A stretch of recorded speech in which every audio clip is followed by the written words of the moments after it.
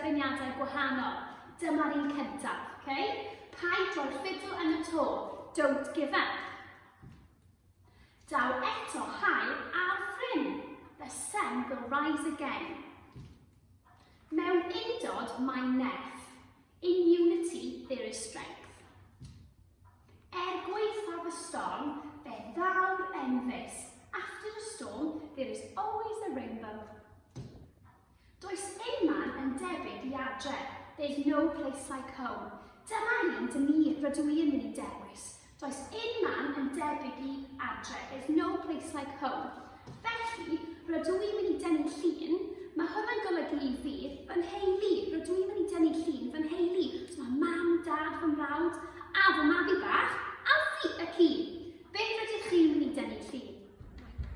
Reit, does unman yn debyg I adre. Y llun rydw i'n mynd I dynnu llun ydy fy nheulu. Felly, dyma ni'n mynd.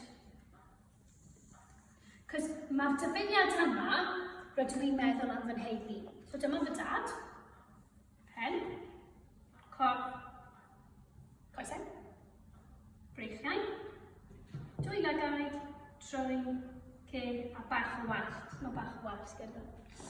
A mam, pen, coesau, corff, breichiau, dwy lygaid, trwy, ceg, gwallt.